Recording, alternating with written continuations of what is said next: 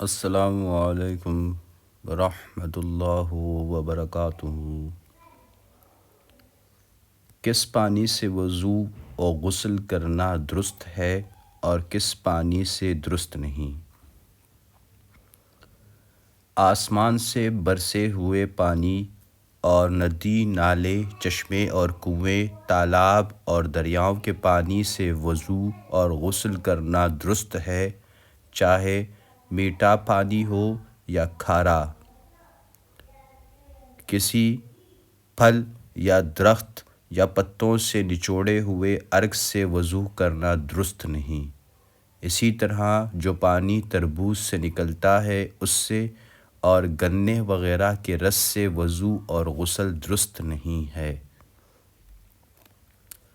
جس پانی میں کوئی اور چیز مل گئی ہو یا پانی میں کوئی چیز پکا لی گئی ہو اور ایسا ہو گیا کہ اب بول چال میں اس کو پانی نہیں کہتے بلکہ اس کا کچھ اور نام ہو گیا، تو اس سے وضو اور غسل جائز نہیں، جیسے شربت، شیرہ، شوربہ، سرکہ، گلاب اور عرق گاؤ زبان وغیرہ کہ ان سے وضو درست نہیں ہے۔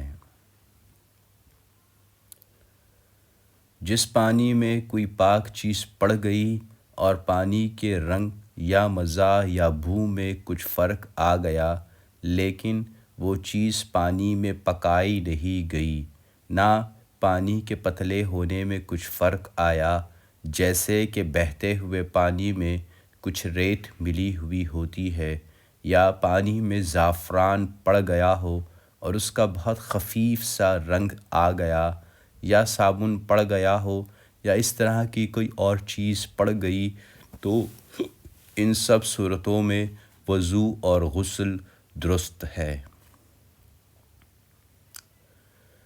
اگر کوئی چیز پانی میں ڈال کر پکائی گئی، اس سے رنگ یا مزہ وغیرہ بدلا تو اس پانی سے وضو درست نہیں۔ البتہ اگر ایسی چیز پکائی گئی جس سے میل کچیل خوب صاف ہو جاتا ہے اور اس کے پکانے سے پانی گاڑھا نہ ہوا تو اس سے وضو درست ہے، جیسے مردہ نہلانے کے لیے بیری کی پتیاں پکاتے ہیں تو اس میں کچھ حرج نہیں۔ البتہ اگر اتنی زیادہ ڈال دیں کہ پانی گاڑھا ہو گیا تو اس سے وضو اور غسل درست نہیں۔ کپڑا رنگنے کے لیے زعفران گھولا یا پڑیا گھولی تو اس سے وضو درست نہیں۔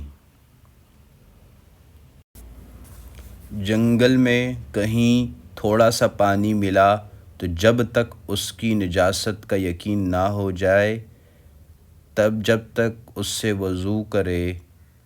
اگر پانی میں دودھ مل گیا تو اگر دودھ کا رنگ اچھی طرح سے پانی میں آ گیا تو وضو درست نہیں، تب تک اس سے وضو کرے، فقط اس پر وہم کو نہ چھوڑے کہ شاید نجس ہو۔ اگر اس کے ہوتے ہوئے تیمم کرے تو تیمم نہ ہوگا،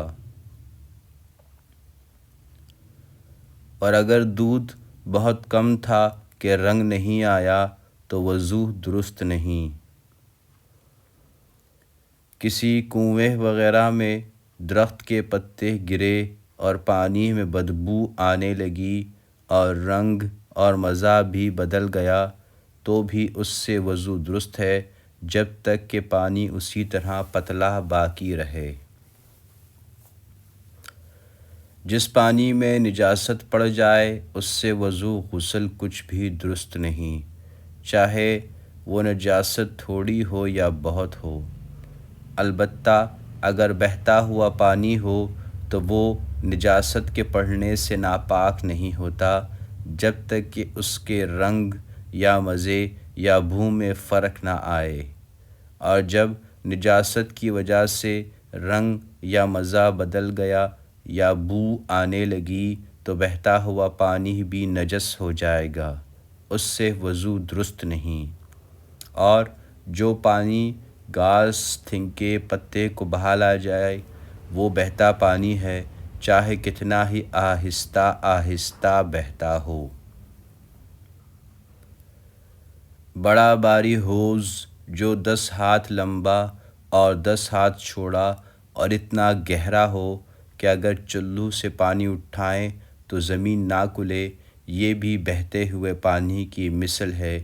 ایسے حوض کو دادردرا کہتے ہیں۔ اگر اس میں نجاست پڑ جائے جو پڑ جانے کے بعد دکھلائی نہیں دیتی، جیسے پیشاب، خون، شراب وغیرہ، تو چاروں طرف وضو کرنا درست ہے، جدھر چاہے وضو کرے۔ اگر ایسی نجاست پڑ جائے جو دکھائی دیتی ہے، جیسے مردہ کتا، تو جدھر پڑا ہے اس طرف وضو نہ کریں، اس کے سوا اور جس طرف چاہے کریں۔ البتہ اگر اتنے بڑے حوض میں اتنی نجاست پڑ جائے کہ رنگ یا مزہ بدل جائے یا بدبو آنے لگے تو نجس ہو جائے گا۔ اگر 20 ہاتھ لمبا اور 5 ہاتھ چوڑا یا 25 ہاتھ لمبا اور 4 ہاتھ چوڑا ہو تو وہ حوض بھی دادردہ کے مثل ہے۔ چھت پر نجاست پڑی ہے اور پانی برسا اور پرنالہ چلا، تو اگر آدھی یا آدھی سے زیادہ چھت ناپاک ہے تو وہ پانی نجس ہے، اور اگر چھت آدھی سے کم ناپاک ہے تو وہ پانی پاک ہے۔ اور اگر نجاست پر نالے کے پاس ہی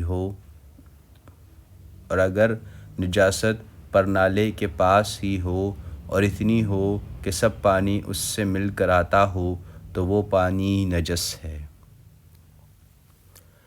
اگر پانی آہستہ آہستہ بہتا ہو تو بہت جلدی وضو نہ کریں، تاکہ جو دھون گرتا ہے وہی ہاتھ میں نہ آئے۔ دادردہ حوض میں جہاں پر دھون گرا ہے اگر وہیں سے پھر پانی اٹھا لے تو بھی جائز ہے۔ اگر کوئی کافر یا لڑکا بچہ اپنا ہاتھ پانی میں ڈال دے تو پانی نجس نہیں ہوتا، البتہ اگر معلوم ہو جائے کہ اس کے ہاتھ میں نجاست لگی تھی تو ناپاک ہو جائے گا، لیکن چونکہ چھوٹے بچے کا کچھ اعتبار نہیں ہوتا، اس لیے جب تک کوئی اور پانی ملے اس کے ہاتھ ڈالے ہوئے پانی سے وضو نہ کرنا بہتر ہے۔ جس پانی میں ایسی جاندار چیز مر جائے جس کا بہتا ہوا خون نہیں ہوتا یا باہر مر کر پانی میں گر پڑے تو پانی نجس نہیں ہوتا، جیسے مچھر، مکھی، بھیڑ، تیتا، بچھو، شہد کی مکھی یا اس قسم کی اور جو چیز ہو۔ جس چیز کی پیدائش پانی کی ہو اور ہر دم پانی ہی میں رہا کرتی ہو، اس کے مر جانے سے پانی خراب نہیں ہوتا، پاک رہتا ہے، جیسے مچھلی، مینڈک، کچھوا، کیکڑا وغیرہ۔ اور اگر پانی کے سوا اور کسی چیز میں مر جائے جیسے سرکہ، شیرہ، دودھ وغیرہ تو وہ بھی ناپاک نہیں ہوتا۔ اور خشکی کا مینڈک اور پانی کا مینڈک دونوں کا ایک حکم ہے، یعنی نہ اس کے مرنے سے پانی نجس ہوتا ہے اور نہ اس کے مرنے سے۔ لیکن اگر خشکی کے کسی مینڈک میں خون ہوتا ہو تو اس کے مرنے سے پانی وغیرہ جو چیز ناپاک ہو جائے گی۔ دریائے مینڈک کی پہچان یہ ہے کہ اس کی انگلیوں کے بیچ میں جھلی ہوتی ہے اور خشکی کے مینڈک کی انگلیاں الگ الگ ہوتی ہیں۔ جو چیز پانی میں رہتی ہو لیکن اس کی پیدائش پانی کی نہ ہو، اس کے مر جانے سے پانی خراب و نجس ہو جاتا ہے، جیسے بطخ اور مرغابی۔ اس طرح اگر مینڈک مر کر پانی میں گر پڑے تو بھی نجس ہو جاتا ہے۔ مینڈک، کچھوا وغیرہ اگر پانی میں مر کر بالکل گھل جائے اور ریزہ ریزہ ہو کر پانی میں مل جائے تو بھی پانی پاک ہے، لیکن اس کا پینا اور اس سے کھانا پکانا درست نہیں، البتہ وضو اور غسل اس سے کر سکتے ہیں۔ دھوپ کے جلے ہوئے پانی سے سفید داغ ہو جانے کا ڈر ہے، اس لیے وضو اور غسل نہ کرنا چاہیے۔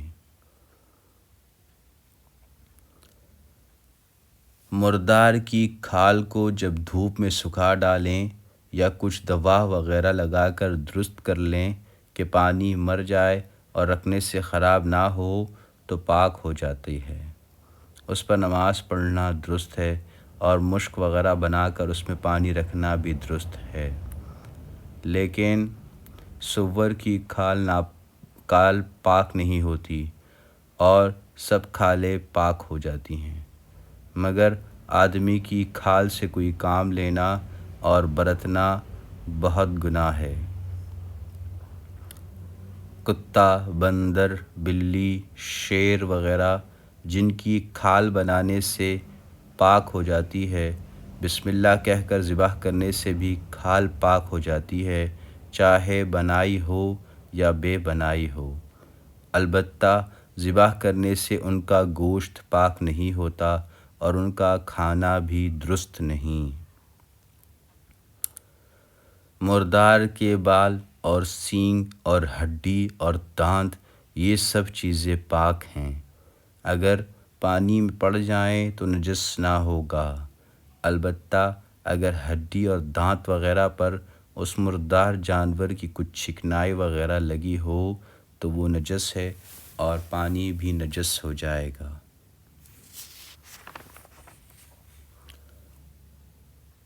آدمی کی بھی ہڈی اور بال پاک ہیں، لیکن ان کا برتنا اور کام میں لانا جائز نہیں، بلکہ عزت سے کسی جگہ گاڑ دینا چاہیے۔